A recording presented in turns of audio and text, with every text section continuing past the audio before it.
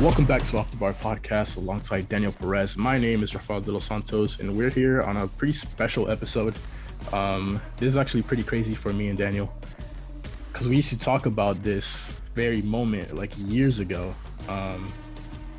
Like in the party on PlayStation, we used to talk about starting a podcast and being on a podcast together.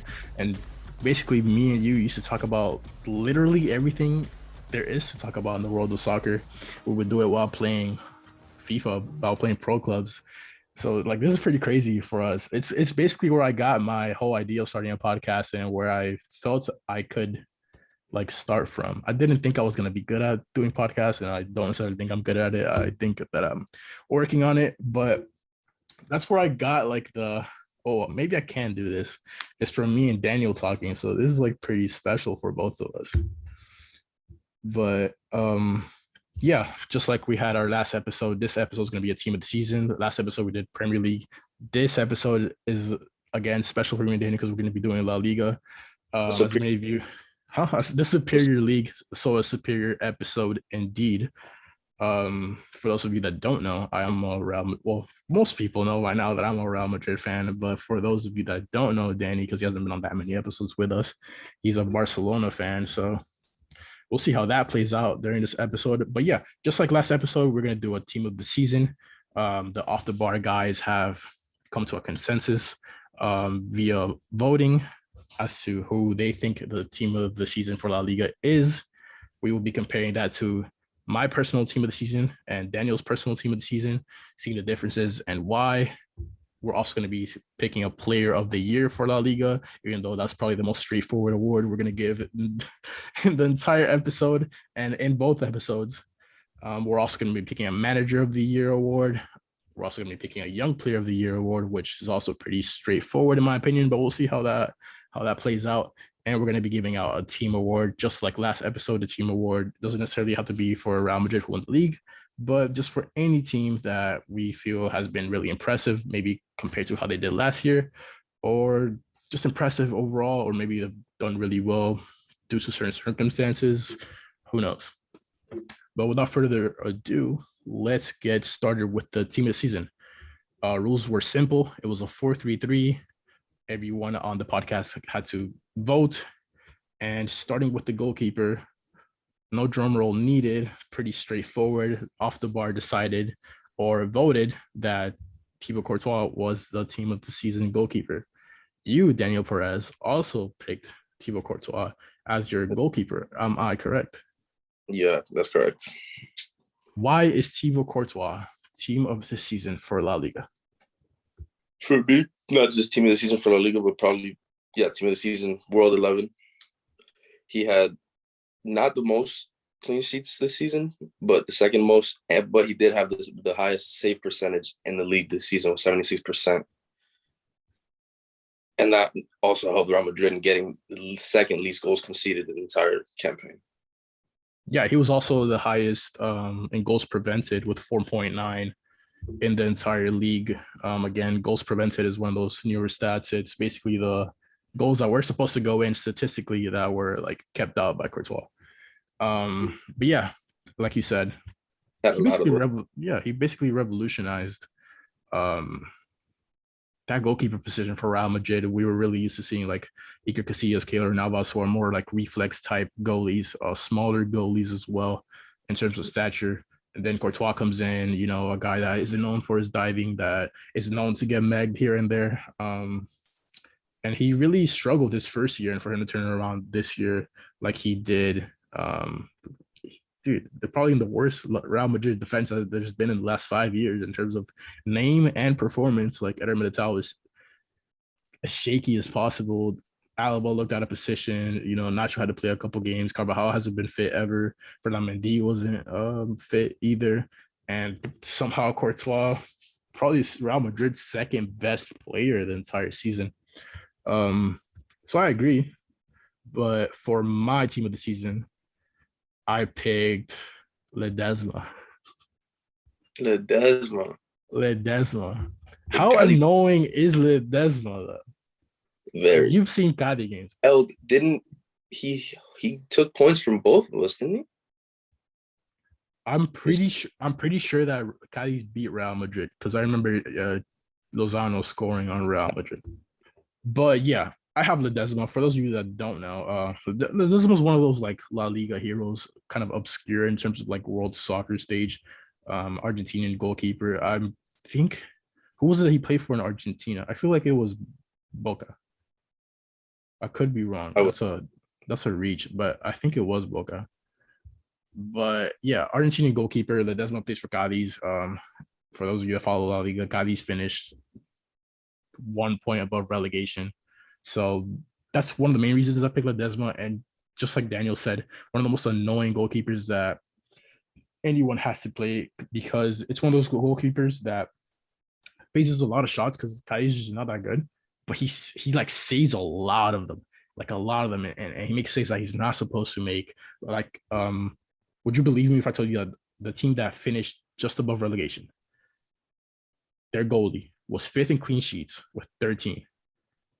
Fifth for a team that finished what 18th? Let's look at the table. 17. They finished 17th.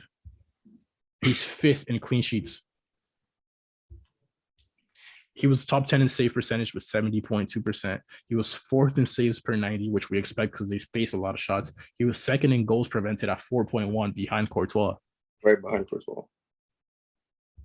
And they finished 1 point above relegation. So this guy is quite literally better. He's too good for Cadiz. So I gave him the nod in my team this season.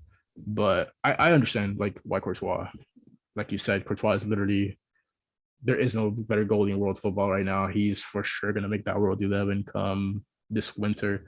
He's playing for Belgium, who's like ranked number 2 in the world right now. So we'll see how he does in the World Cup. To me, well, we already made that like this claim that we had made a couple of episodes ago. We dropped a TikTok on it that Courtois might be like top 3 in the Ballon d'Or. Arguable. I think that for sure he's top 5. If he's not your top 10, I really don't know what to tell you. I think he was impressive throughout the La Liga season, and in the Champions League, like he was unreal, like literally unreal in the Champions League. Probably the second. I don't know if I want to make that claim on top of my head. Like probably the second best Champions League player that was this season. I think if Belgium would have done a bit better in the Euros, then he would have had a bigger knock in the standings. I mean, the thing is, like, it wouldn't have mattered. But like from this year, from now forward, like we'll see. I think that Courtois is a shot for top 5 on the door for sure. Like the only guys I see ahead of him are Benzema for sure, Salah for sure. That's it. Then you're talking about like you can argue Mbappe, you can argue some people say Lewandowski, some people say Mane. That's it. Everyone else is a stretch for Courtois. But yeah, off the bar, pick Courtois. You pick Courtois. I get it. I picked Ledesma kind of just for fun, just to give him that praise. But I understand. That's probably the least like debatable one. Courtois was out of his mind, and he obviously he won the league. Moving on to that back line, off the bar picked Jordi Alba. Shout out Jordi Alba because like last season he was like washed. I was looking at Jordi Alba decline after last season and somehow picked it up with a weaker attack because the whole thing with Jordi Alba was that Messi Jordi Alba link up over the top. You know it, over the top through ball, Jordi Alba running on the left side, literally nightmarish. Because even though you know it's coming, there's nothing you can do about it. And somehow, without Messi, Jordi Alba, team of the season, Jordi Alba. Next to Jordi Alba, we have Diego Carlos. Next to Diego Carlos, we have Eder Militao. And next to Eder Militao, we have Ronald Araujo. So you'll be pretty happy about Jordi Alba and Ronald Araujo as a Barca fan. So tell me about those two guys. Why are they in team of the season? And I'm pretty sure they're in your team of the season as well. Yeah, they are. Yeah, they are both in your team of the season. Why them? Jordi Alba, after coming off a horrendous season, I want to say horrendous. It's like not up to his standards, I guess you could say. Finished 3rd in assists behind Benzema and Vinicius, it's a pretty big feat. Highest assisting defender, obviously, highest goals and assists for a defender this season. So I think just that puts him on team of the season. Mr. Araujo, tell me about him. Araujo. Horrific injury to end the. I mean, did I see Nestor Araujo? Dude, isn't that Celta's defender? Celta Vigo's defender? Jesus Christ. Ronald Araujo. Tell Ronald, me about Ronald. highest tackle percentage in the league. Dude, he should start at right back for Barca every game, He could, in he my did it, opinion. but it worked. I don't know why. What do you mean you don't know why? I like knew why. I forgot what was the exact reasoning. No, But I go mean, I don't know why we don't keep doing it. oh, I know why he started right back. because Everybody, yeah, right? before the El Clasico where they absolutely swept Real Madrid, like I was like, if I think we were talking about it, and I was like, dude, if I was Xavi, I'd put Nestor Araujo right back because that's the only guy that's going to contain That's Vinicius. bro. If you can contain Vinicius, then you can have a chance of containing Benzema. If you can't contain Vinicius, Benzema's going to play off Vinicius because Vinicius is going to be the right back, which is going to cause a mismatch in terms of numbers, and Benzema's going to get loose in that box. And like as Chelsea saw, as PSG saw, as everybody saw, once Vinicius beats his defender, he'll find Benzema. But Araujo does a really good job of containing. Hopefully Xavi can play him at center, not a center back. Xavi doesn't play him at center back and plays him at right back. I know you were reading a rumor to me earlier today about Jules Koundé going to Barca, so hopefully you guys can pull that off. I mean, I heard Barcelona is taking weddings at the new camp, trying to make money at every turn they can. Shout out Barca though. Gotta respect the grind. Gotta hustle somehow. Supposedly they're not letting Dani Alves renew, or they're not gonna let him play for them next season. Yeah, I saw that. Like, I think the media is making it look worse. I think that's more of like a mutual agreement because the guy's 37, 38. I don't think it's mutual, but I don't know, man. I don't think it's mutual. But back to the team of this season, which Dani Alves has not made in forever. Jordi Alba, I had him in my team this season as well. Like he said, he was absolutely outstanding. I didn't expect him to be that productive. Like I said earlier, without Messi, insane from him. Obviously got that Spain call up, but that was obvious. Ronald Araujo, I also had in my team this season, so I agree. I'll speak for Eder Militao since I'm a Real Madrid fan. That guy was a question mark coming into the season. Obviously, we knew he has potential because he's a young guy. And coming out of Porto, he played right back. So having him play center back, he was really mobile. He was, pretty young, showing things that center backs don't usually do. Like I was praising a couple episodes ago, I think in our Champions League episode with Real Madrid and Liverpool about center backs that dribble up the field and beat defenders and make a pass. As we saw, like Rudiger take a shot like that and score like one of the goals of the season in the Premier League. We saw Militao do it a lot where he'll drop his shoulder and break the press. And once your center backs are able to break presses, man, you're really vertical because now you have a really big mismatch. Because you have all your midfielders wide open to receive a pass and all your attackers open to receive a pass. Yeah. Overload the midfield. Yeah, you're wide open in terms of numbers. We saw Konate do it in the Champions League final as well. But yeah, he was a question mark coming into the season. And even though he's still really clumsy and he made a lot of mistakes this season that cost Real Madrid a lot of goals, he was really sure-footed in certain instances. Like the fact that he kept Mbappe to 2 goals against Real Madrid. Was it 2? He scored in the first leg and he scored in the second leg. Oh no, he didn't score in the second leg. He scored a hat trick of offs. He scored in the second leg? Yeah, he did. Yeah, he did. He scored 2. That's still pretty good. But Natal had a really solid season for someone that was really young and coming into such a big team, trying to fill the shoes of like Rafael Varane and Sergio Ramos is not easy. You're talking about like Real Madrid legends at that point. Militao had a goal and 2 assists in La Liga, basically played almost every single game, 34 games out of 38. Average rating of 7.32 out of your from your center back is top 5 insane. in the 1v1 index. Top 5. He was in the top 5 across all the top 5 leagues in the 1v1 index. It's like a little thing they do, like one tackles versus dribble. Yeah, he's really solid, really fast, really strong, really hard to beat. With Rudiger coming in, there's a question of whether it's him or Alaba that's gonna hit the bench, and I don't know. I would like it to be Militao, Rudiger, but we'll see. if Alaba ends up playing like left back or CDM or something, or if Militao plays right back because Carvajal can't. I don't even know.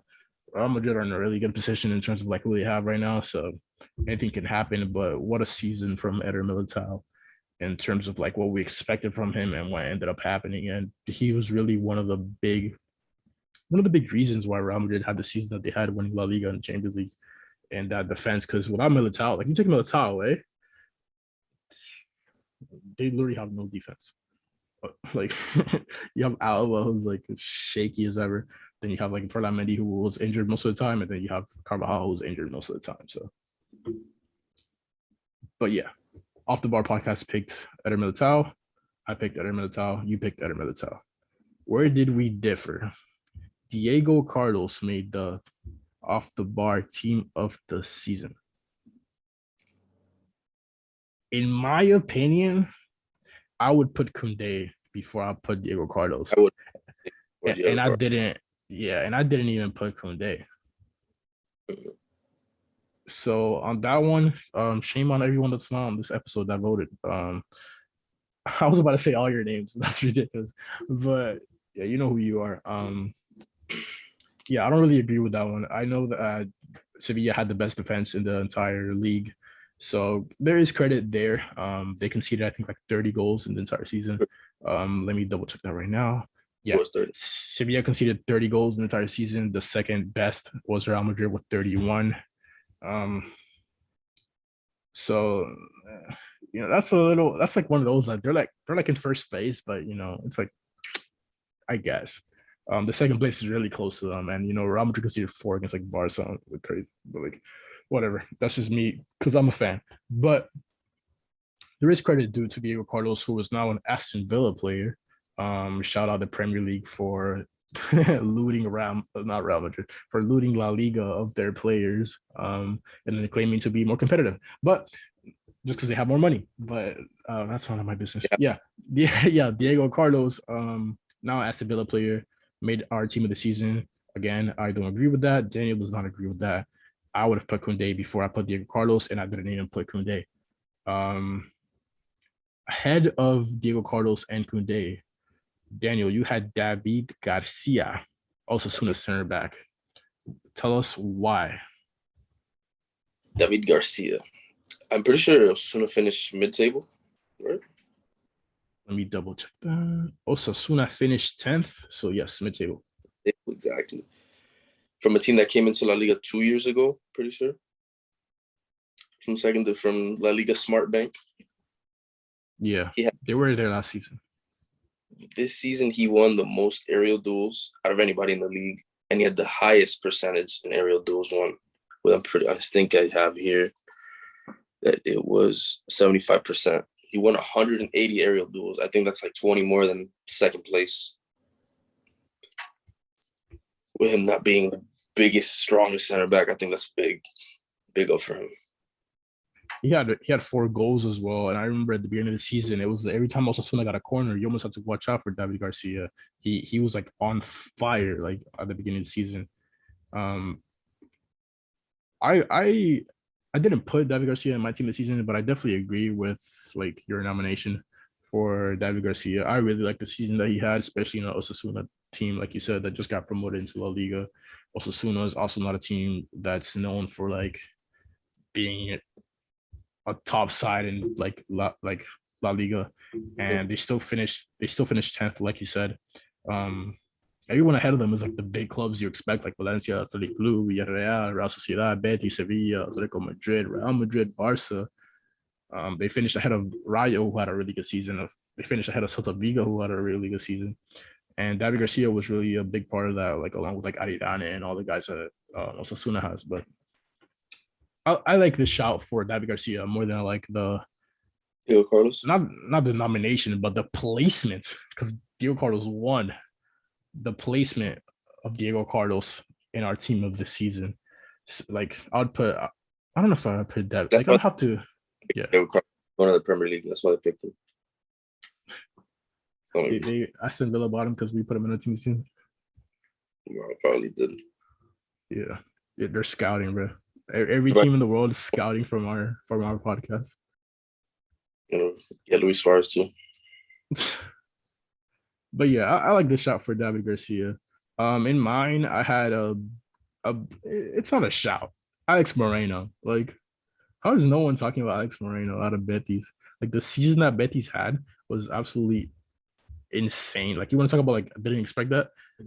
I mean, I know they finished sixth last year, but they finished fifth this year, so it's not like that big of an improvement. But the way that But they did it, when they were like in second place in the Liga for a long time, and they were top four in the Liga for a long time, and the bottom just kind of fell out in the end. Juanmi was just unstoppable for like Yeah, those. but like you can go around the team and say that like Yeah, Moreno was insane, Juanmi was insane, Canales was insane, Fekir was insane. But we'll get to them. We'll get to them. Speaking about Alex Moreno specifically, again, I like the Alex Moreno shout more than I like the Diego Carlos shout. He had 5 goals at left back and 3 assists. 8 goal contributions from left back is pretty insane for a non-top four team because non-top four teams don't get to attack as much. And Alex Moreno did just that. I think it was really impressive. I don't know if he got a Spain call up. Did he get Luis Enrique call up? not for the Nations League, not yet. No. Luis Enrique is tripping, but we'll get to Luis Enrique in a second. And he ended fifth, like I said, in the league with Betis. Again, Betis finishing fifth is pretty impressive. If you remember that Betis 2 years ago finished like 16th. And Alex Moreno was a huge part of that, out of that left side. And he was injured for the beginning of the season. So for him to have that season after an injury, pretty unheard of from Alex Moreno, pretty unheard of from a left back. That's not like what we expect. Like you got guys like Jordi Alba. We expect Jordi Alba to be insane. When Jordi Alba has a bad year, then we're like, damn, he had a bad year. Marcelo for the longest time was like that really attacking fullback. Even from Atletico Madrid, guys like Renan Lodi and things like that, but or like Marcos Acuna from Sevilla, things like that. But or Marcos Llorente from Atletico Madrid. Like there's a lot of good attacking fullbacks in La Liga, and really, like if you would have told me like last year, Alex Moreno was gonna be doing this for Betis, and Betis gonna do this well with Alex Moreno, I'd been like, nah. If you told me last he's gonna win the Copa del Rey, I would have called you crazy. Copa del Rey winners on top of that. But we'll get to a lot of Betis players, to be honest. A couple of them. No, this is great. This is great. But yeah, just to reiterate, recap, the off the bar back line. Jordi Alba, Diego Carlos, Eder Militao, Nestor Araujo. I said Nestor Araujo again. I swear to God. Ronald Araujo. You were saying it. I didn't correct you. Ronald Araujo that plays for Barcelona, not Nestor Araujo who plays for Celta Vigo. Let me say that again. Jordi Alba, Diego Carlos, Eder Militao, Ronald Araujo was the backline that the Off the Bar podcast voted for. All of our members, like me and Daniel, came to this conclusion. I don't think Diego Carlos should have been in there. I would have put David Garcia before I put Diego Carlos. I would have put Alex Moreno before I put Diego Carlos. What was the other center back that I had? Yeah, Alex Moreno. Yeah, I wasn't too happy about the Diego Carlos pick, but yeah. With that being said, the funnest and the most controversial, believe it or not, out of everything that we're going to talk about. No, I don't know. Yeah, this is the most controversial thing that we're going to talk about. The midfield for our La Liga team of this season. Off the top of your head, Daniel, obviously not picking like the guys that you picked for your team this season, but who do you think that the consensus for the team of the season would be? Just really fast, quick fire. Since I'd say the Real Madrid midfield. So you'd think that Luka Modric, Toni Kroos, Casemiro would be the consensus midfield? Yeah. Wrong. We have here off the bar podcast, we have a little bit more brain than that. I think if that was what would have happened, I would have called this episode like null and void. No. Starting from the left side, well, it doesn't really matter what side you start from, but we have Luka Modric, so you were right in that respect. We have Pedri, so you'll be happy about Pedri being in there. I know he's in your team this season, but we'll get to that in a moment. And some sense in this team of the season with Muniain making the last spot in the midfield. And I know he's kind of listed as a left mid, left wing kind of guy, but when I think of Muniain, I think of a cam. He plays as a cam, so I included him in the midfield. Um, but yeah, off the bar podcast midfield. Luka Modric, Pedri, Unyain. You sir had Pedri in your team of the season, obviously as a Barca fan, but not just obviously as a Barca fan. Pedri had a really good season. What did Pedri Gonzalez do this year that put him in your team of the season? He had, I think he was top 3 in progressive carries per 90 upon midfielders being 19 years old. That's insane to me. Winning the Golden Boy, it's another one. And his progressive passes and dribbles are in the 97% percentile across all top 5 leagues. So that means he's top 3% in doing so. And like, for how long was Pedri injured for you guys? He was injured for, I'm pretty sure it was a month. That he had a month or a month and a half. They had a hamstring injury. Yeah, because of how many games he played last season or something like that. So coming off one of the most like heaviest workloads I've ever seen in my life in terms of any professional athlete, Pedri makes the team of the season for off the bar, and then Daniel's team of the season as well. Coming from a Real Madrid fan perspective, I think Pedri is that guy. That's the like those are the words that I have for Pedri. Pedri is that guy. You know how like guys get hype, like Erling Haaland has the hype of like he could become one of the best attackers ever, or like things like that. Like Cristiano, he might be Cristiano Messi level, or like Mbappe might be Cristiano Messi level. Pedri is that guy. Like he will be whoever we want to compare him to. He will be one of the best midfielders to ever play this game. He is like the progression of Iniesta and Xavi. Like he is that guy. And for him to come from like what was it, Las Palmas, bro? He came from Las Palmas and Las Palmas last year and literally integrated himself into the Barca's midfield first year there. And for him to be doing what he's doing now, and for Barca to be like, well, Pedri's not enough. Let's bring Gavi up, and Gavi to be that good. It's absolutely insane. And as a Real Madrid fan, I completely envy that because that's not happening for Real Madrid. Like Real Madrid's like Fabrica or whatever hasn't been producing like that, or at least they haven't been getting called up like that for a decent amount of time. I think like Hakimi, Marcos Llorente were like the last guys to be brought up like that. They don't stay this. Hernandez, so you want to count that. But yeah, Petty had a really good season, 3 goals in LaLiga, 1 assist. I know he had a really annoying goal against Sevilla. It was just like so annoying because you guys were supposed to drop points and then boom, Petty comes and scores. But beyond that, like hopefully Frankie de Jong stays with you guys so that'll link up keep happening with Gabi as well. Just a really annoying midfield. There's no other way to describe him. He plays a lot like Luka Modric, dropping his shoulder everywhere.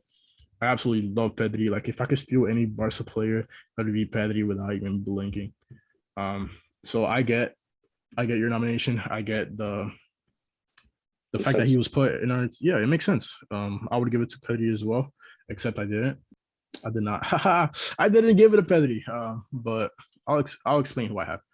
But yeah, I get the Pedri nomination. I also get the Luka Modric nomination. Luka Modric had an insane season. I would say he was Real Madrid's 4th best player this season. Only because you have like Benzema, Vinicius, Courtois, who are probably better than every player in their position in the world. Luka Modric had an insane season. For him to be 36 years old doing what he was doing, like you remember that play he had against PSG where he literally chased Messi down. At 36, he's moving like that. It kind of like makes sense why he won it gave sense to why he won the Ballon d'Or. Like dude, he's that good. He really is. Even though it's like debatable, like whether he should have won or not.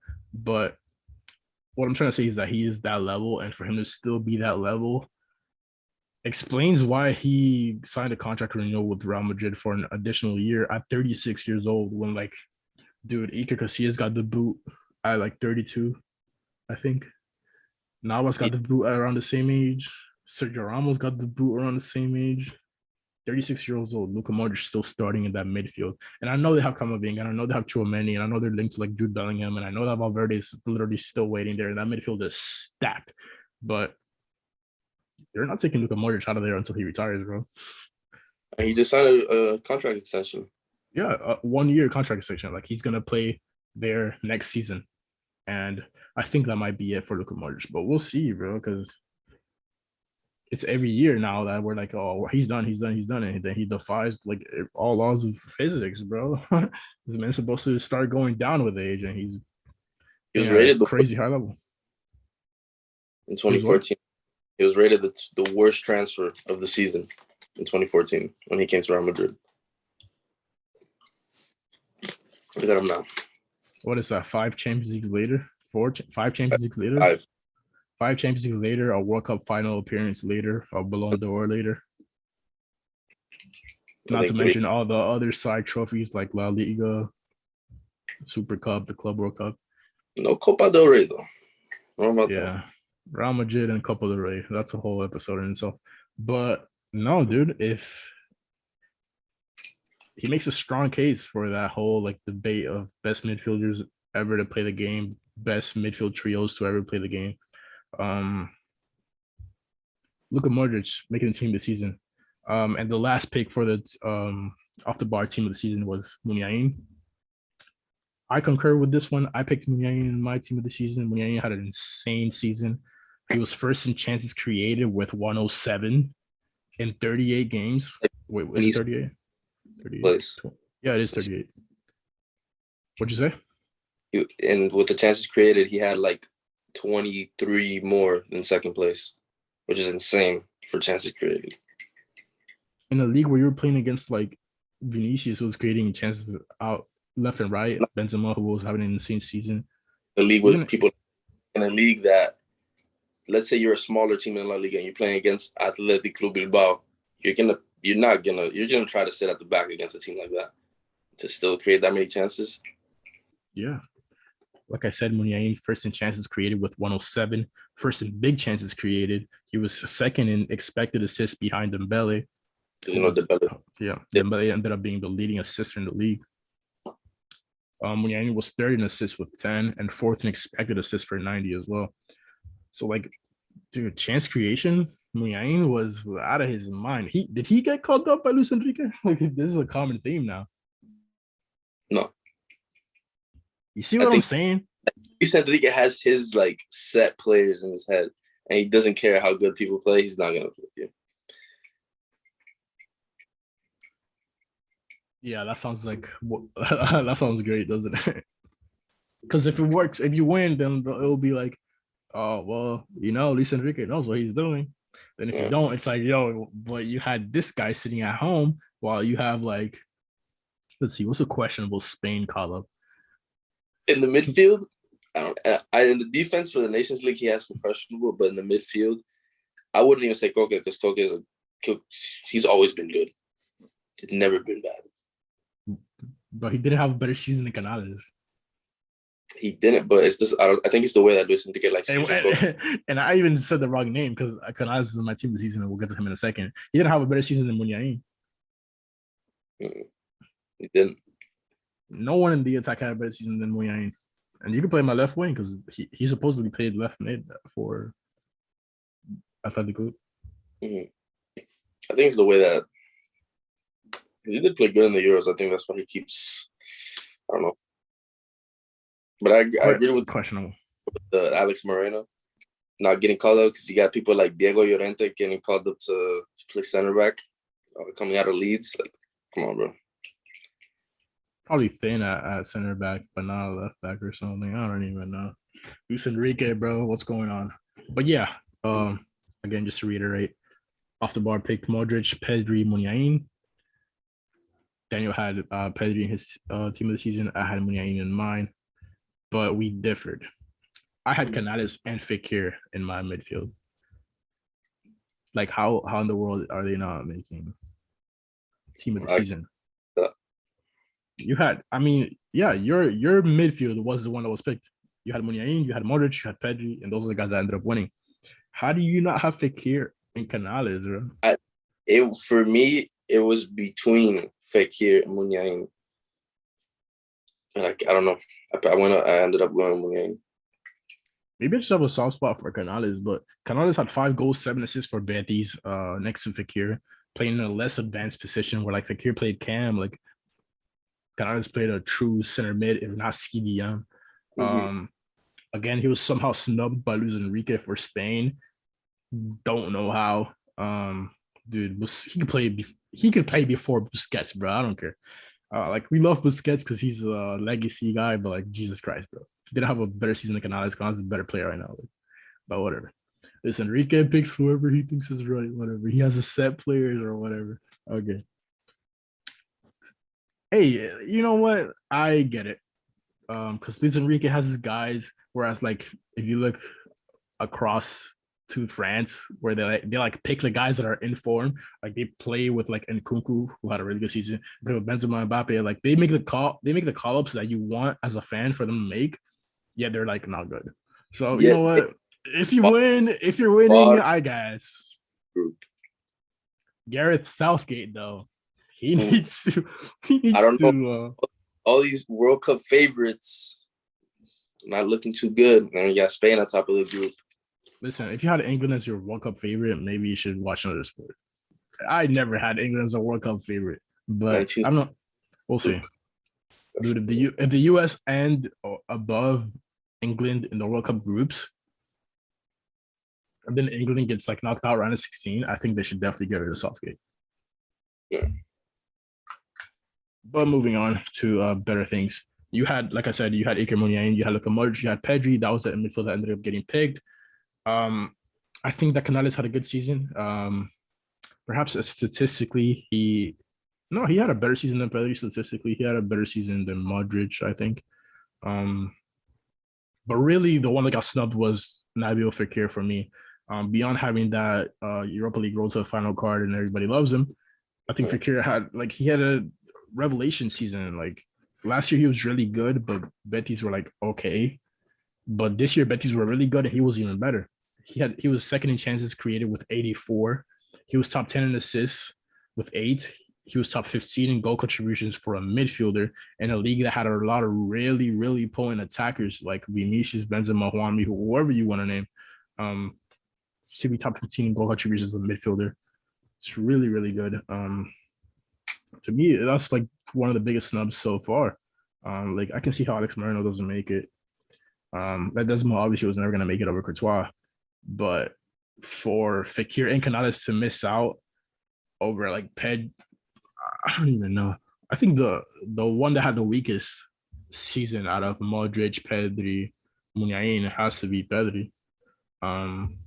But I think I would put Fekir over Pedri, but I get it.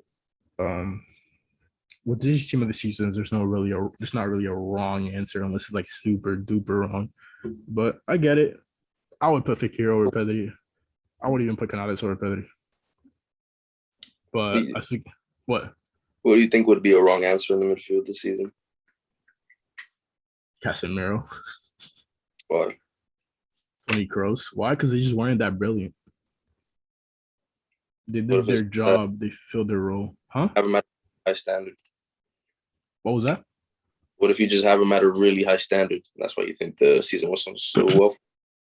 That's possible, but sometimes you can try to correct that by looking at the stats. I know that Casemiro isn't really a stat sheet stuffer, but in the last 2 seasons, he has been like Casemiro's been scoring a lot of goals for Real Madrid, and this season he was pretty quiet. He also wasn't like that missed when Casemiro wouldn't play. It wasn't like crazy because he could play with like Camavinga, and even with Toni Kroos, like Toni Kroos getting subbed out every game, 60th minute was like it didn't matter. So anyone that wasn't dumb, like Fekir, Canales, Muniain, Pedri, Modric, is a wrong answer, I think. Like it's not, you can't back it up with stats or like you can't back it up basically. But yeah, just to reiterate the off the bar team of the season, midfield, we have Modric, Pedri, and Muniain. Moving on to perhaps the most exciting attack.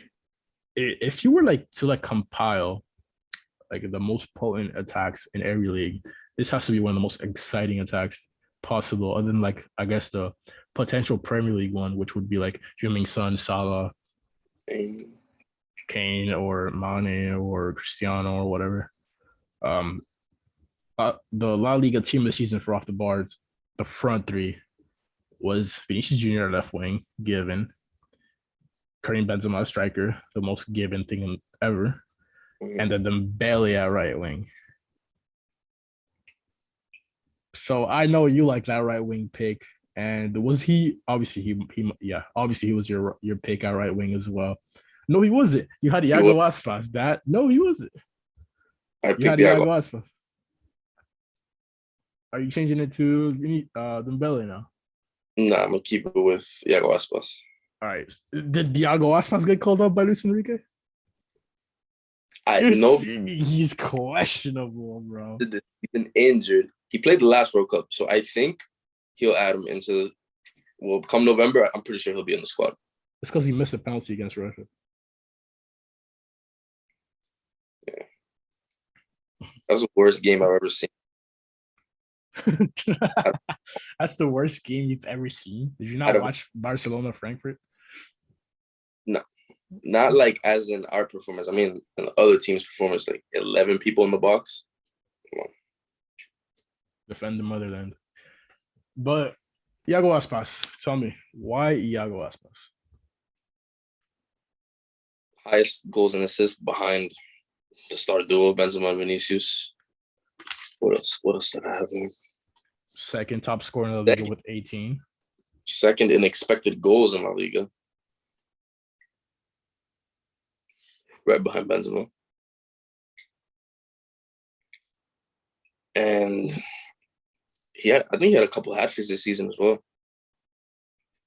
Do you have a hat trick on you guys? No, he had like a crazy goal this season against you guys, right? Like the 90th minute.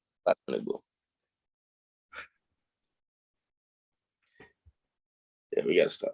If we wouldn't have dropped points like that, I don't know. no, you were destined to not win La Liga this year. That's just what happens, man. You need to be an oracle, but I always told you the season you finish, you leave like Messi leaves. I said you would get relegated, jokingly, though. You know, you're not gonna have a good season. You could have easily not had Champions League this season. Luckily, it didn't turn out that way for you guys. But Iago Aspas is definitely a good shout. I think he's if you go straight forward by stats, he makes that top three with Vinicius, Benzema, Iago Aspas.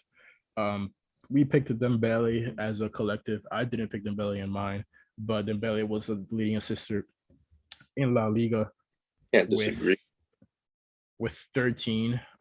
He also played like way less games, like maybe like 10 less games or something like that than Benzema, Muniain, all the guys close to him in assists. He was nothing short of electric for Barcelona. Like when everyone was looking for a reason to have Dembele like leave Barcelona, this man played so good that now it's like Dembele, please stay. Like don't want to leave. Like please don't want to go to PSG. Like please stay. And I think it would make Barcelona a stronger team next season for Dembele to stay. I don't think he's replaceable with the transfer market available right now. With like Darwin Nunez gone, I think that maybe if you were to get Lewandowski, but like right now, it seems like anyone that you could get is like a dream. Like Lewandowski would be a dream, Koundé would be a dream. Anyone coming to Barcelona right now is like helpful to Barcelona right now. But reports are that he might stay, so I think it would help Barcelona a lot for him to stay. I don't think that he should have been outright in the team of the season whatsoever. I think Iago Aspas, like I see why Dembele would be in the team of the season, but I think this one's a wrong one. Like you asked me earlier, what would be a wrong pick for the midfield? I think that this would be a wrong pick for the attack. This would be a wrong pick for the attacking three. Not in terms of like he didn't have a bad season. He had a really good season, and he played very few games for the season that he had. But I just think that, like you said, the season that Iago Aspas had for Celta Vigo was better. You could argue that Celta Vigo didn't do good, so therefore it's whatever. But my pick for the top three alongside Vinicius and Benzema was Juanmi. And I think that for sure you can argue that Juanmi had a better season and that Betis was made the better because of Juanmi's season. And if Betis had finished top 4, this wouldn't even be an argument. Juanmi had an insane season. And like Daniel, who was Juanmi last season, bro? Like He was no just one. He was no one. a rotation midfielder, wide midfielder. I bet these. He wasn't that guy. He was no one, dude. He was like Kwame would get subbed on the 80th minute. Like he was no one. And he ended up, yeah. What? For me, like him and Benzema, I would put $100 every match day that they're gonna score. Those the two that were like that. Yeah, he was downright insane. He ended up being a player of the month for La Liga, one of the months. And yeah, 5th in goals with 16. He was tied for 4th in goal contributions with 20. This is in a league with Benzema and Vinicius again, who literally hogged all the attacking stats. He was 3rd in goals per 90, and he was one of the most improved players like in the entire season in terms of who they were last year and who they are this year. I think that Vinicius obviously edges him because like Vinicius had an insane season, obviously winning La Liga and winning the Champions League. But after Vinicius, I would put Juanmi as the 2nd most improved player in all of La Liga. I can't think of anyone that like shocked me like that. Joao Felix had a really good season compared to last year, but and Alex as well, Fekir as well, but no one like Juanmi. Like Juanmi, bro. When I think of Juanmi, I think non-rare, like non-rare FIFA player, bro. And he had an insane season for Betis. So that was my top 3. But obviously, like to talk about the obvious picks, I would say, and our team of the season, Vinicius at left wing, 2nd in goal contributions with 27, 3rd leading scorer with 17 goals. Someone that scored 5 goals last season, or was that the season before? Like I think it was 5 goals last season or the season before, something like that. He was tied for 3rd in assists with 10. He was tied for 3rd in big chances created. He was 3rd in chances created in general. He was the player with the 2nd highest rating according to FUTMob. He had the most penalties drawn in La Liga with 4. And I know it's a silly stat, but when someone's that good, that means they're in the box damage. Dude, it's not even that. It's not even about the stat itself. You ever hear a crazy stat about Cristiano, like, and Messi that's like silly, but it just shows you how good they are. Like you know that famous stat was Zlatan and Cristiano, where it's like they've scored in every minute of a game. Mm. That's like what? That's like not real. And it's not the same kind of stat as like drawing the most penalties in the league, but Vinicius was that good this season that he drew the most penalties in the league. Like that just makes sense, and it's the weirdest thing ever. But speaking on Benzema, who obviously made Vinicius better, and Vinicius made Benzema better.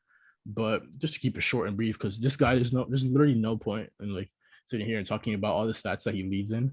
It would literally sound like a grocery list, and obviously he made our team this season because to me he's the Ballon d'Or favorite, and there is no way anyone can do anything to take that away, the Ballon d'Or away from him come October or whatever. But obviously he's the Pichichi, leading goal scorer in La Liga with 27 goals. On top of that, 2nd leading assists with 12, behind Dembele's 13. So he almost was the leading goal scorer, leading assister in La Liga. Goals, highest shots on target per 90. Yeah, most goal contributions in La Liga with 39. Highest rated player in La Liga. I could sit here and give you the rate, like all the stats he lives in if you want. Top scorer, top in goal contributions, top in rating, top in goals per 90, expected goals per 90, expected goals on target, shots on target per 90, big chances created. Let's see, what else you got? Expected goals plus expected assists per 90. He's also top in big chances missed. That's hilarious. But yeah, unequivocally, like Ballon d'Or, not only candidate, but probably Ballon d'Or winner in everyone's eyes. And I think that's a nice segue to not only end our team of the season, but to talk about the player of the year. I think there's no point even arguing about it. To me, it's Benzema because he's not only the player of the year for La Liga, in my opinion, but he's also the Ballon d'Or winner, in my opinion, as well. You had Benzema as well. I think everyone that responded and voted had Benzema. I don't think anyone had anything else. Honorable Luke De Jong. I think anybody can. Luke De Jong. I think he got 2nd highest goals per 90. Well, jokingly, I think it might have been Michael. This looks like a Michael answer. He put Marcelo as the player of the year just to give a shout out to the GOAT left back, in my opinion. Um, but yeah, we made a whole video on whether or not, well, not whether or not Marcelo is the GOAT left back, but talking about the possibility or the argument that there is to be had. It's up on our TikTok, off the bar. I think it's off the bar podcast at TikTok. I don't think it's off the bar pod. But yeah, like I was saying, Karim Benzema player of the year. Everyone voted for Karim Benzema except for the one Marcelo vote, just for giggles. We already mentioned everything that Benzema's done this year. And that wouldn't be possible without the youth player of the year, Vinicius Jr.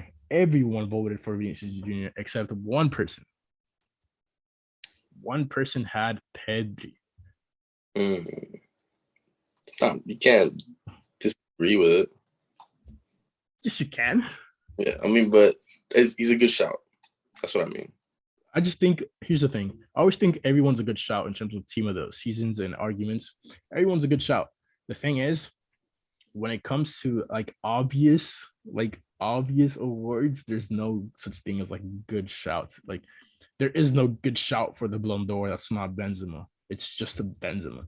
There's no good shout for player of the year in La Liga. It's Benzema. I think it's Vinicius all day.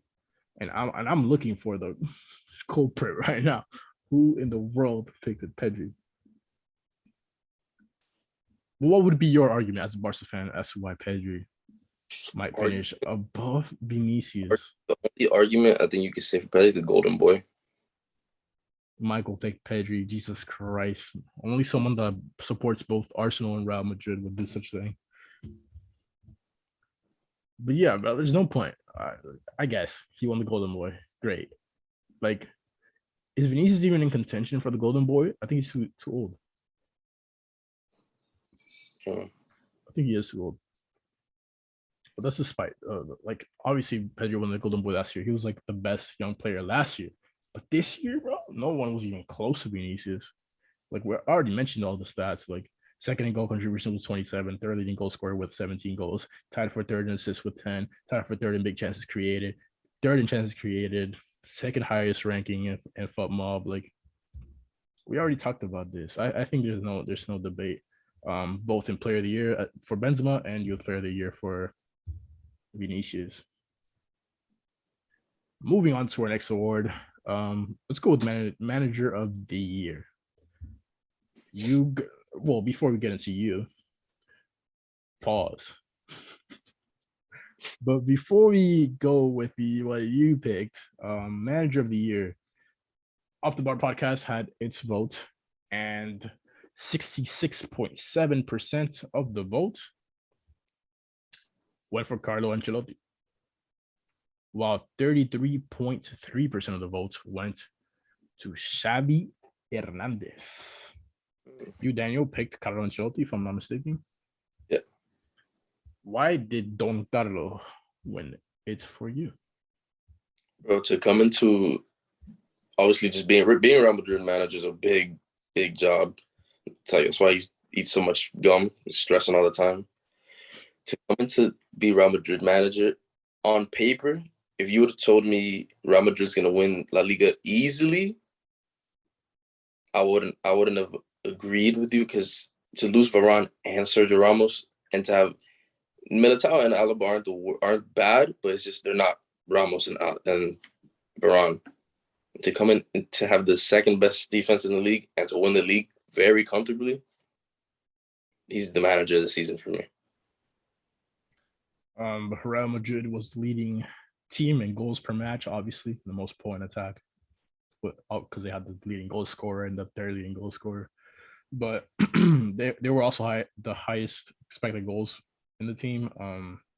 Second in possession behind Barcelona, who's known to just have a crazy amount of possession. They were tied for goals conceded per match with 0.8, because obviously they were only one goal behind Sevilla for goals allowed. Second in clean sheets, if I'm not mistaken, because Courtois was second and Alex Romero was ahead of him. Yeah. Oh, they were actually third in clean sheets with Sevilla ahead of them by 1.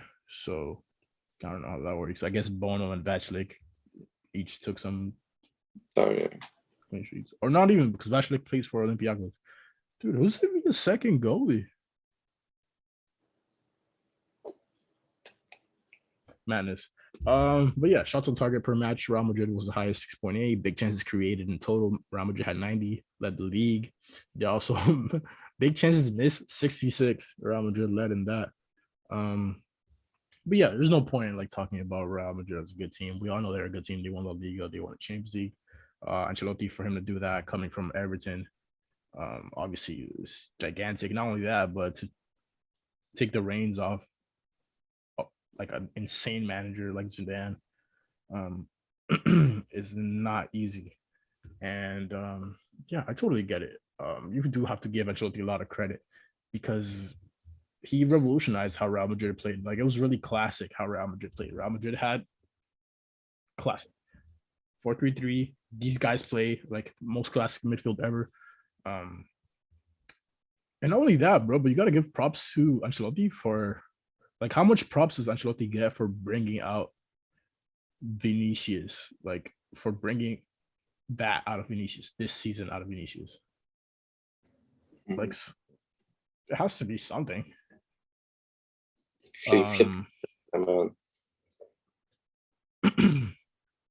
Like Camavinga as well, the amount of trust that you put in Camavinga and how big Camavinga was for Real Madrid, especially in the Champions League. Giving Dani Ceballos a lot of play time, being able to tell like Marco Asensio no and playing Rodrigo instead. And look what Rodrigo did. Having the trust in like Luka Modric, even though like I think every manager would have the trust in Luka Modric, but having the trust in Luka Modric, dude, you look down the line at every substitution he made in the Champions League run, and it was insane. Like he would bring on Rodrigo Camavinga, and Rodrigo and Camavinga would make the difference. And that I'm always gonna give props to that because it's the same thing I used to give props to Zidane for when he would bring on Mariano and Mariano would score, or when he would bring Morata off the bench for like 10 plus goals in La Liga. Like what? That's insane. Yeah, I get it, Ancelotti. I think I voted for Ancelotti as well, but I did want to give a huge shout to like Manuel Pellegrini. That's like beyond just giving like obviously Xabi the praise he deserves for like rising out of like the spot that Barca were in. Manuel Pellegrini is definitely up there for me. I think that would be my shout, if not Carlo Ancelotti. He ended fifth in La Liga after finishing sixth last year. So it's not the biggest improvement in the world, but in terms of like being Betis, that's huge, bro. Beyond like the basic of like, well, you finished sixth last year, now you finished fifth, and you can finish fourth next year. Like beyond that, it's huge for Betis, who, like I said, finished like 10th like 2 years ago. He competed pretty well, and they played in the Europa League this season, even though they got knocked out by Frankfurt. I mean, like Frankfurt ended up winning the whole thing, so there's respect in that. They were also the third highest rated team in Spain this season. They had a really strong attack, which again, he brought the same way we could say that Ancelotti brought the best out of Vinicius. Pellegrini there has to be something in him bringing out the best in Alex Moreno this season, and Sergio Canales and Fekir and Juanmi, because who was Juanmi, bro? Even Borja Iglesias had a good season. Who was Borja Iglesias, bro? Borja Iglesias was really good at Espanyol. And then the next to that, he had Then the next season at Betis, nothing. He was horrible, bro. And now, really good. So there has to be credit in that. To have the trust after such a bad season from Borja Iglesias and just put him up there again and look at what he did alongside Juanmi, alongside Fekir, alongside Canales. They were fifth in goals per match. They were top 10 in clean sheets. They were fifth in expected goals. They were 5 points away from fourth. And it's really hard to crack that top four, like of Sevilla, Atletico Madrid, Barca, Real Madrid. So for them to be like just there and to finish above Sociedad after the season Sociedad had last year, I think Pellegrini was definitely a shout. But for the reasons I stated, I still pick Ancelotti, and not just because I'm a Real Madrid fan, but like Ancelotti, that like there's a lot of credit due with what Ancelotti did with Real Madrid, and Real Madrid really cemented themselves as Champions League, if not favorites. You could argue that they're definitely top two. Not argue, they're definitely top two. You could argue that they're favorites. Liverpool might be in that top three with them, and then that's it. Everyone else is up for grabs.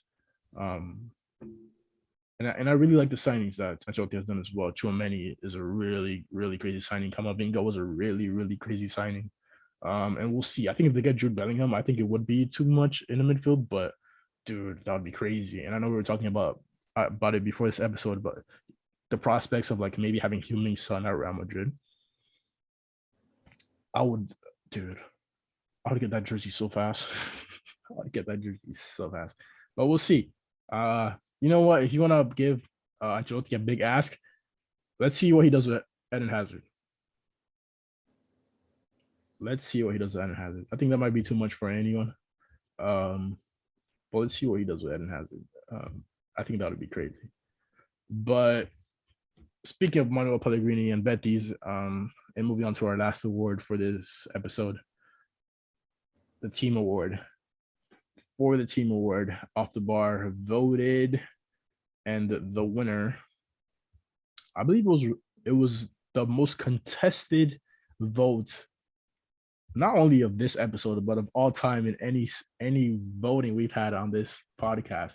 It's a 3-way tie between Real Madrid, Barcelona, and Real Betis. Daniel, who was your pick for the team award? It was Real Madrid. Mine was Real Madrid. Okay, I'm gonna ask you to not only give me why Real Madrid was your vote, but give me why Barca deserved to be in that 3-way tie. Deserves, I guess you can say, just the turnaround in the middle of the season. We went from my mental state with Barca at the middle of the season was we're most likely than not gonna drop points today every match day. And then when we started grabbing a bit of form with Xavi, it's like, we can win this game. Every game. Doesn't matter who it is. But I just think that beginning of the season, that takes away our nomination for the team of the season. I think Barca is definitely a shout. There's a reason why I put it up there in the voting. For the very same reason you picked, the huge turnaround. There was a point where I was like, dude, there's no way they're even going to finish in the top 4. Not even that. I think they might not play in Europe. Like, they might not finish in Europa League spots.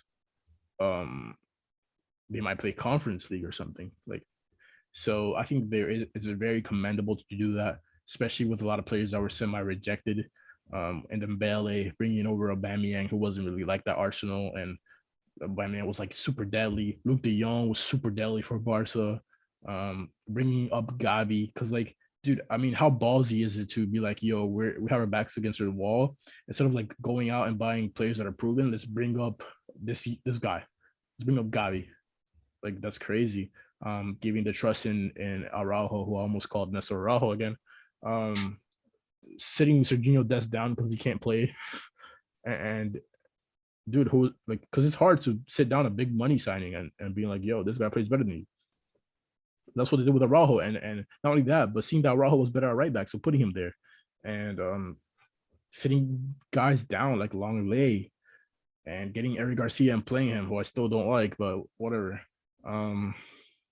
I think I definitely get it. What about Real Madrid, the team that you ended up picking? Why should they be a team to recognize? Like I said before, second best defense in the league. To win the league so comfortably, have so many players playing that insane, nobody comes close. Yeah, I definitely agree. For the very same reasons that I said Ancelotti was definitely a shot for manager of the year. But for the same reasons that I said that Pellegrini was a shot of the year, I ended up picking Betis. Again, they finished 6th last year and 5th this year. So not the biggest improvement. But the way that Betis played, it was like, yo, they're the new contenders in this league. They're the new Sevilla. They're a top 4 team. They ended up not being, and ended up getting 5th. But that doesn't mean next season, like, who knows what happens next season. They might be able to attract players, like telling them, look what we were able to do. There was a point where they were in 1st place for a decent amount of time. There was a point where they were in 2nd place behind Real Madrid for a decent amount of time. Didn't they beat Sevilla in the derby? I think Sevilla won both derbies. But like you said, they won Copa del Rey. And they'll be playing Europa League next season again. This season they got knocked out by Frankfurt, who ended up winning the entire competition. But who knows what will happen next season with better players, with more seasoned players. So I guess it's up to Betis now and Pellegrini to see if they can keep up what they've done this season for it to not be a fluke. But yeah, I think that my shout for Betis definitely well deserved from Betis and from Pellegrini. But this one's a three-way tie: Betis, Barcelona, Real Madrid. But yeah, that concludes this episode. Just to recap real quick, team of the season for Off the Bar podcast is voted by its members. At goalie is Courtois, left back Jordi Alba, Diego Carlos, questionable, Eder Militao, and Araujo. Midfield of Modric, Pedri, Muniain, and the attack, obviously Vinicius, obviously Benzema. We'll say questionable Dembele, but I'll definitely say arguable Dembele. Player of the year and easily the Ballon d'Or, not favorite, but the winner at this point, Karim Benzema. Youth Player of the Year for LaLiga. Again, one of the best young players in the world, who probably doesn't get as much praise as he should. Vinicius Jr. Manager of the Year, Carlo Ancelotti, obviously Real Madrid won the league, so that's a bit expected. And the team award, three-way tie for Real Madrid, Barcelona, Real Betis. But that concludes it for this episode. I think this was definitely one of the fun ones because there was a lot of contention between what we came up with as a crew and what Daniel and I were able to decipher and what we thought. It was also nice to see Daniel wearing a Barcelona jersey and claiming that Karim Benzema was Player of the Year and that Vinicius was amazing and that Carlo Ancelotti was amazing and that Real Madrid deserved Team of the Year award. Great. Get used to it, buddy, now that Messi's gone. At least I didn't put Mason. As long as you don't put Mason Mount anywhere, shout out Connor O'Brien. But yeah, my name has been Rafael De Los Santos, Daniel Perez along with me, and we will catch you next time.